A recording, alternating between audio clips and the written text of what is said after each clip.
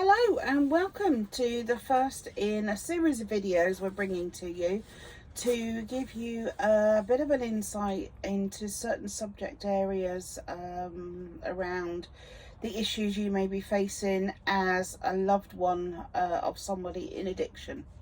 Our primary focus and our background is mainly in alcohol, but obviously we have quite good awareness of other sort of substance misuse and other types of addiction. Well, I do certainly.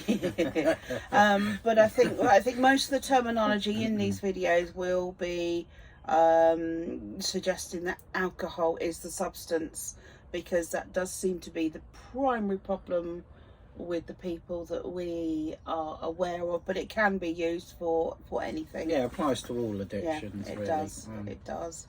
Okay, so today we're talking about helping someone into recovery and making them accountable. So what can you do? What is one of the first little tips and tricks you can do to help smooth the pathway in your life? So the first thing to note is consequences don't fix addiction. Shouting at someone, yelling at someone, telling them that, you know, they're a piece of shit isn't gonna work.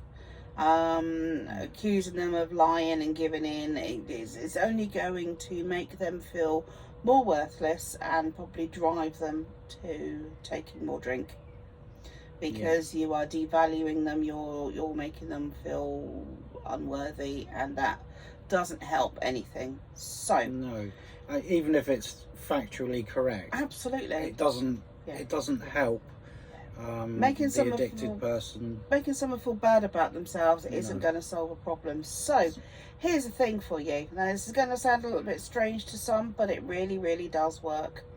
Consequences don't fix addiction, and making them pay doesn't work.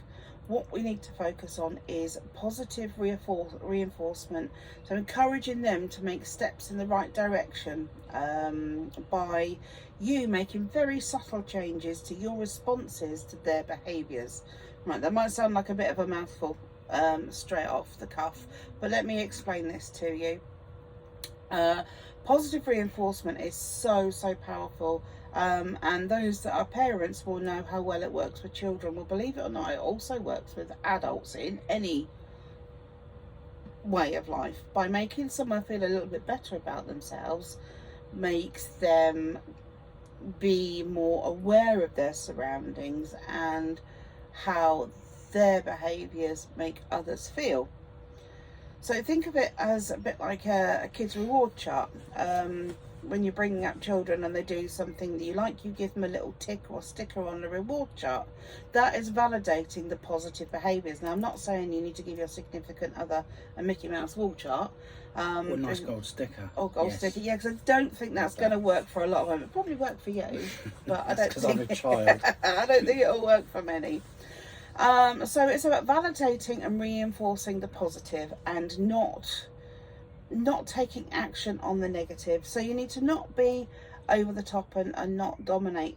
Phrases you can use are things like I notice, I appreciate, I'm grateful, and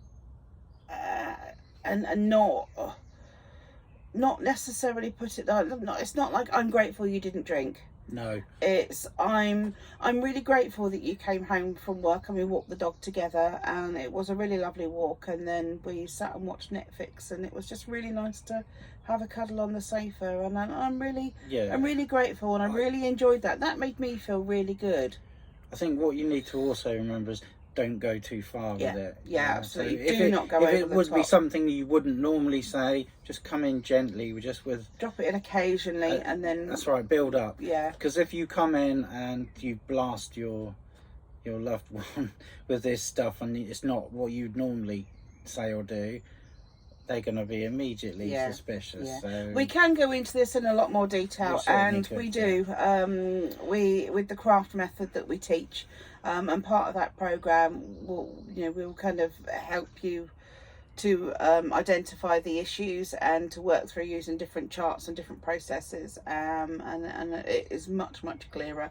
But just for the point of a quick video to help you, you need to be positive or neutral, never be negative. So if you've got nothing nice to say, either don't say anything at all or keep it neutral, or the shouting and screaming and you've let me down, you promised you'd come home, you haven't put the kids to bed again tonight, those sorts of things really isn't going to be helpful.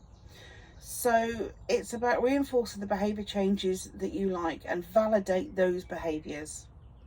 Don't mention sobriety, don't mention the behaviours around sobriety.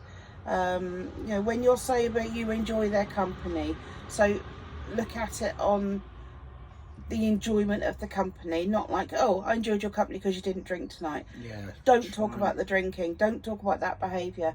I enjoyed your company tonight and it was really nice that you came straight home, and we had time to have a chat or to have dinner together or walk the dog, or you put the kids to bed, anything like that. Yeah, because they will read between the lines anyway. They will. They will know that you're getting at the fact that they didn't have a drink, but you do not need to say it, because talk about that. It comes across. Yeah. It comes across badly, yeah. and it won't be taken well. So no need. So one easy step to move forward with this is to write a little list, and just have a think about what the behaviours are that you're not comfortable with. What are your deal breakers? Obviously if you're in any physical danger, that sort of thing, then that's a different issue. So what are your deal breakers? And then that's when you need to think about you and yourself. If there's any physical violence, that sort of thing, then that's a totally different issue. But we're looking at list of behaviours that you're not comfortable with. So you're not comfortable with your partner because they come home from work having gone to the pub for an hour, they have their dinner, they drink 4 beers and pass out on the sofa.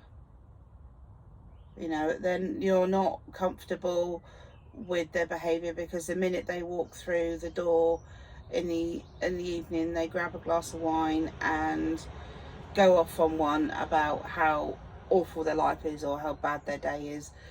What are the behaviours that you want to reinforce? So if you look at what you're not comfortable with, then look at what you want to change and how you want to change that. And you change that by reinforcing and focusing on the positive behaviours around that. Does that make sense? Yes, I think so, yeah. So you've made it home for dinner 3 times this week, and that's really amazing. I love that you're helping with the kids. Little Johnny said how lovely it was to have Daddy read him a bedtime story, or I don't know, able to get up in the morning in time to take them to school just for a change, so Mummy doesn't do it. It can be anything. It can be anything. And then look at that list and focus on 1 or 2 items and think about what you can do to help change that behaviour. Yeah.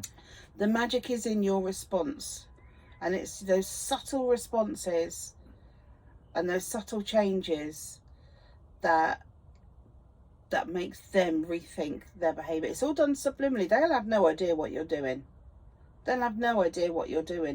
But the impact over time could potentially be huge. Yeah, I think one of the hardest things about implementing this kind of approach is that if you've never done it, it can be quite hard to find a point at where you something that you can tangibly say that you can influence them to change behaviour wise. That can be really difficult when they're entrenched in it, and that's something we can work with you to try and identify by looking at behaviours and what triggers them and all that kind of thing. And we've got questionnaires and lists to help you really break down what that is that needs to be changed, and how you think about it. And the craft course that we offer is 6 weeks, and we really kind of make a point of looking at those. And the course isn't structured as such, but it focuses on what you want and what you want to change. And we're so excited to be accredited practitioners in the craft method, and we really can't wait to bring you more information like this in future. There will be lots of little videos like this just to give you as much information as we can, without actually going through the course, because that does involve doing little pieces each week and then having a piece of homework, as it were, just to go and work on this, and then feedback, and then we take it to the next step and take it to the next step. Yeah, because the method is a kind of iterative process where you try something and then you reflect on it and you come back and say, well, how did that work? And then we go away and you try something else. Yeah, it's kind of coaching, isn't it? Yeah, it's kind of a way. Coaching. So it's very much one week by week that you deal with tackling one or two particular items, and then we come back and look at it and discuss it. But and everyone that we work with will have a different experience, I think. Yeah, and it's very individual for you, for that person, for that situation. Absolutely. So I hope that's helped. Please ask any questions, drop us comments below, message us. We have a Facebook group that you can join, which I'm hoping Martin will put down on the screen somewhere. Somewhere. I don't know where. in the description. So don't forget to like, subscribe, ding that bell, join our Facebook group, contact us for more information. But more importantly, people struggling often struggle behind closed doors. Have those conversations, open it up, and if you have a friend, family member, neighbour that you think could do with some support or some help, please put them on to us. We are here for those that are struggling without support, and I absolutely struggled, and I want to fill that gap by bringing this message to as many people as we can. So share this channel, share the group, and we'll see you soon. Until next time, thank you so much for watching.